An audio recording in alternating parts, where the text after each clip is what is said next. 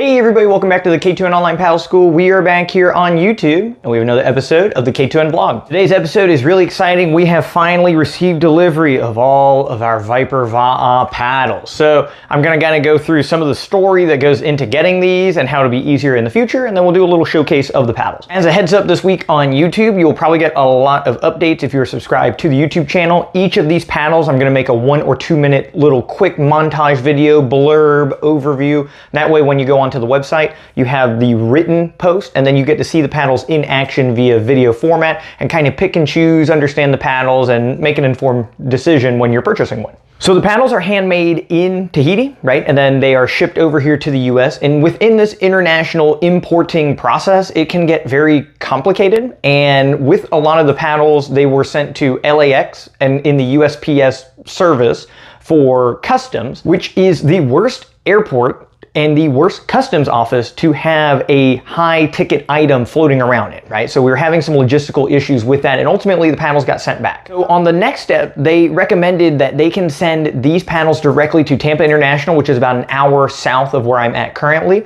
But they said that, hey, you need to get a customs broker in order to clear these items. So I'm like, I don't know what a customs broker is, right? So I look into it, and it's actually an incredibly simple process, right? You just have a guy that does the paperwork for you. When the items clear customs, you just go and pick it up. So it's super simple. So going forward, the only real delay is just the production time, because it'll now be a 4-week time for delivery as opposed to it being multiple weeks with a huge question mark on it. So going into the future with a customs broker, this opens up a lot of possibilities that I can do with other products. VIPER, for example, makes the Venom wood canoes. We can take a container into the port of Tampa. I have a customs broker that can do all of that. We can get them delivered here in Central Florida and then distribute them around the US. So if there is an interest in other products and other things, and if there is a market for it, I can help try to capitalize on that. If you're interested in a Venom wood Va'a canoe, please send me a message and we can figure out the logistics and we'll try to get you one next year. Okay, without further ado, let's check out these paddles. So I am super excited for all these paddles. I am so excited to finally fulfill the order.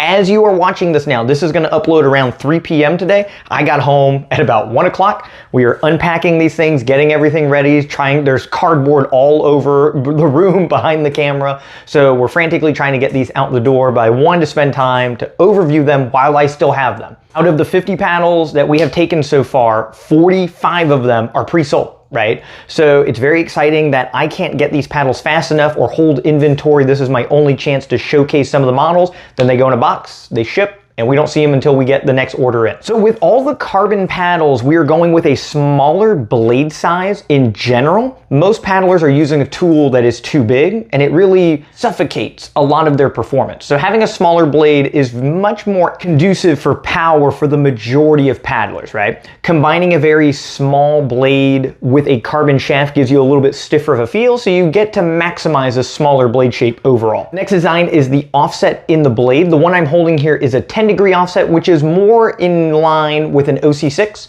or Va'a paddling, where you take the longest conceivable stroke that you can. You can use these paddles in any craft, but with its inherent design, it is with the thought that you take a very, very long stroke, the higher the blade angle is. This paddle in my hand is one that is completely sold out. It is the most popular design for the graphics. There's a lot of people that didn't give a crap what the blade shape actually was. They just wanted this specific graphic. These are all sold out. This one's gonna go in the mail pretty soon. The other one that is completely sold out is this sunrise style paddle, which is 22 centimeters by 45 centimeters. So it is quite a bit smaller than most paddles that you're gonna find on the market on a traditional blade shape. You can find paddles that are very equivalent to this one in feel, but their shape is incredibly different and a little bit bizarre comparatively to just a normal blade shape. So keeping that in mind, if you want a traditional blade feel, but something that's lighter through the water, these are the paddles that are readily available for that. The largest size that we have within the full carbon configurations is 23 centimeters wide with a square end at the bottom.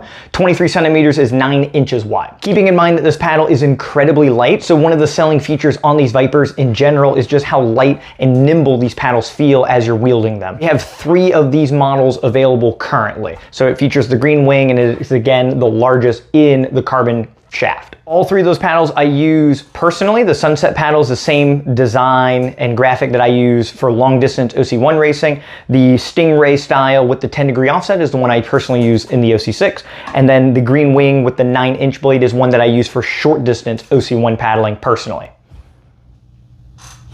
The 9-inch paddle is also an excellent option for OC2 paddling as well. Running a second person increases the horsepower, increases the size that you would be able to sustain over a longer period of time. This is a custom graphic that we don't offer on the website for general stock. With this paddle is 52 inches long. This one is going into club inventory. I will seldom ever use this paddle. It's way too long for me, but there are a lot of paddlers within our organization that are longer. People that want to demo the VIPER paddles are much taller, so having this in the arsenal. So we have 52 in 1-inch increments all the way down to 48 inches currently. I really love the graffiti Tahiti flag graphic that they have on the front of this one. I figured this is the one I wanted in the lineup. Moving on to the Woodshaft Pro Model designs. So the Pro Models have a racer that helped design the paddles for their personal use, and it gives you an idea of what a pro racer chooses when they're paddling. The wood shafts are about 2 or 3 ounces heavier than the carbon ones, but they are also more flexible. So as you put a lot of pressure on these paddles, they actually flex a little bit, so you don't feel the size of the blade quite as much. So keeping that in mind with the shaft flexing, we went with blade sizes that are just slightly larger. This one is 24 centimeters long. It is also a shorter blade.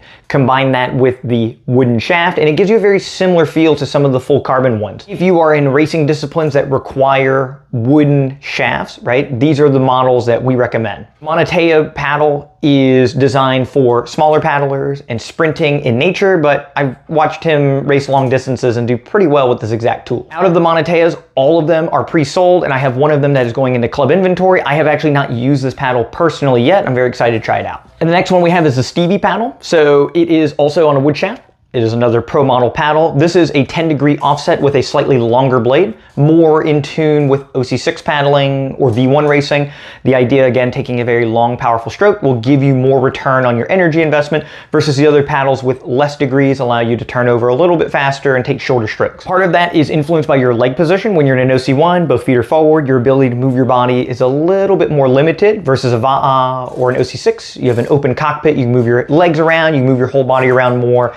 Elongating the stroke using that as a tool increases the degrees on the paddle to help facilitate that. This is another one I have not gotten to use yet, so really excited to put this one into club inventory. With the Stevie paddles, we have one more available as I'm filming this, right? There's a couple of people asking about it, so if you want one, go on the website, pre-order it, and it'll be in the mail tomorrow. And then to finish up the overview, we have 2 different steering blades. We have the shorter, wider blade, and then we have the longer, skinnier blade. You should be able to tell the difference between them here. We have the traditional Polynesian fish hook, which is a symbol of good luck out in the ocean. So it's nice that it is printed on the steersman's blade. It helps bring good luck to the crew to bring everybody back home. So the graphic itself isn't quite as cool as some of the other ones, right? But it represents and symbolizes a lot more, and I figured it would be a very distinct thing to feature on steering blades. Steersman is responsible for the crew, and a little extra good luck never hurt anybody. With the steering blades, we only got 3 of each, and I believe we have sold 2 of each model so far. So we have 1 of each here, right? So the 2 that I'm holding are the last ones that we have in this container. If you have any questions about the steering blades and the differences between them, feel free to reach out anytime. In the most simple of terms, the longer blade is superior for bigger water, and the shorter, wider blade is superior for taking more strokes with your crew in more calm environments. That being said, you can use either interchangeably, but this is one of the distinct ideas that they have in mind with these tools, and choosing one to reflect where you're paddling is the best way to go. So the next step is sawing a bunch of these to size, gluing on the handles, packing them in cardboard, going to USPS, and shipping them all over the US. It's very exciting. There's a lot of work ahead. I'm gonna be up really late today trying to get that all done. If you're interested in these paddles, within the next week, I'm going to put in another order. If you want something customized, you can go onto the VIPER website. You can choose the exact specifications of the paddle that you want. Let me know. I will give you a quote, and I will give you a time frame in which they will be delivered. So we have these preset ones that are in stock. These are ones I've chosen to hopefully reach the biggest market. But if you want something very specific, this is the time to try and put in an order and get any graphic that you want, any blade shape you want, wood shaft, carbon shaft, you name it. We can get it customized to what you want. I would love to stock 10,000 different configurations of paddles, but I'm relegated to being able to choose a few to try and reach the most amount of people. These are the 7 paddles that we've chosen. Thank you guys so much for the ongoing support. It is very exciting to have products and to work with a customs broker and to get these things in to kind of help enrich our paddling community with higher quality tools. Thank you all again, and we'll see you all next week for the next K2N vlog episode. All right, everybody, welcome back to Lake Hernando. This was a very cool, monumental practice for us at K2N here at Lake Hernando. So we have all the ladies in the OC6. They're going to be racing their first ever K2N OC6 race at Clearwater. So this is the first time we've gotten all the ladies in the boat in a while. I'm in the OC1, and then we have 5 guys and 1 lady in the other OC6 with Ray steering. And this is a monumental practice because the ladies hit a lifetime PR. It's the fastest OC6 women's team that we've ever put together. And we're really excited for that to develop and put that into practice at the upcoming event. So I'm in the OC1, just kind of keeping pace with everybody, keeping an eye on everything. And if you watch me, it makes it seem like everybody's paddling fast and frantically, but it's a very light canoe, and I'm just kind of working on my technique and keeping up with everybody. But real thrilling. You can see the other OC6. This is over a mile in, and they're half a boat length apart from each other.